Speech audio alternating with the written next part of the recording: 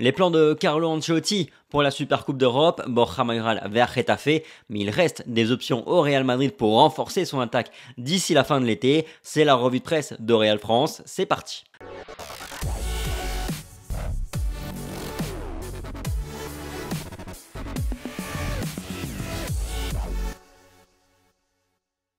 Bonjour à tous, j'espère que vous allez bien. On se retrouve aujourd'hui pour une revue de presse avec les unes des deux quotidiens madrilènes. Pour démarrer, comme chaque jour, les recrues devront attendre du côté de Marca aujourd'hui. Ancelotti respecte les champions d'Europe et prévoit un nouveau Madrid seulement après la Supercoupe d'Europe.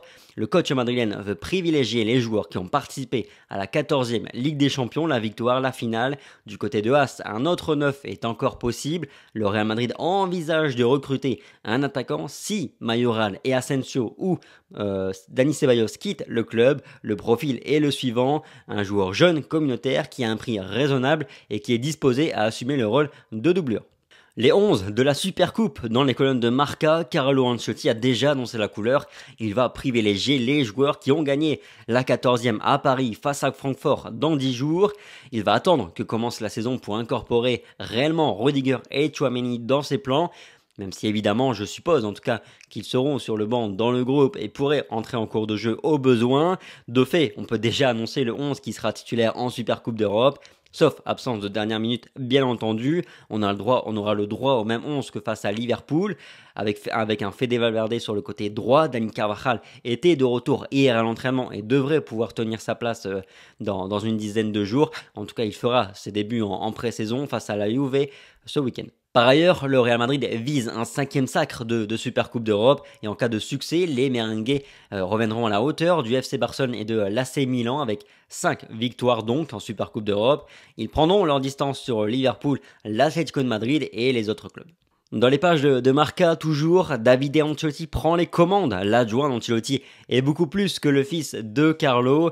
Il prend du galon et comme le rapporte le média espagnol, son rôle est très bien valorisé dans toutes les sphères du club et on peut observer toute son influence durant cette pré-saison aux côtés de Antonio Pintus. Si vous suivez un petit peu les entraînements du Real Madrid, c'est lui que vous entendez systématiquement.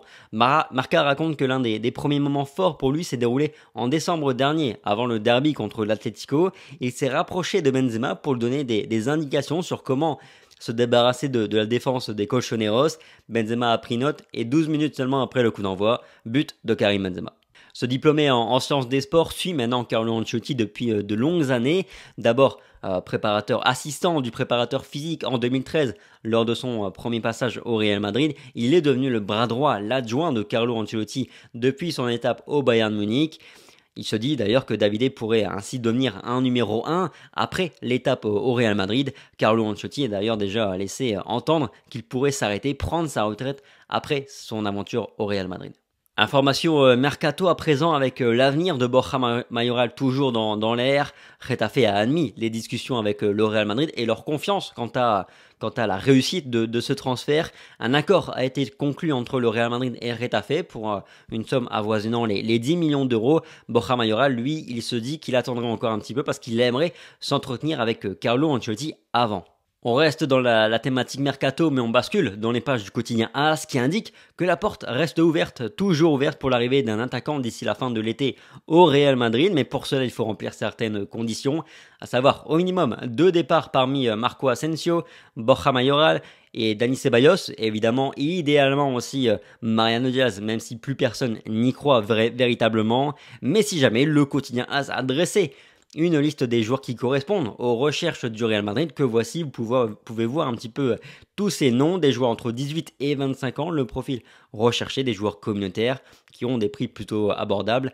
Ma question, est-ce que l'un de ces joueurs vous fait envie? Quel joueur vous iriez chercher si vous pouviez le faire pour le Real Madrid d'ici la fin de l'été? Dites-moi un petit peu dans les commentaires et puis on en reparle demain.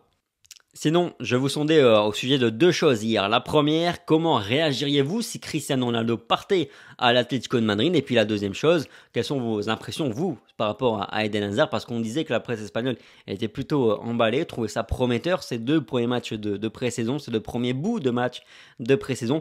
S'agissant du premier point, je suis quand même assez surpris que pas mal d'entre vous, finalement, ne seraient pas déçus, dérangés si Cristiano partait à l'Atlético de Madrid, même si je suppose que l'explication réside dans le fait que nous sommes des supporters étrangers du Real Madrid, car je peux vous assurer que les Espagnols, les Madridistas de Madrid, insulteraient très très fort Cristiano Ronaldo si ça se produisait.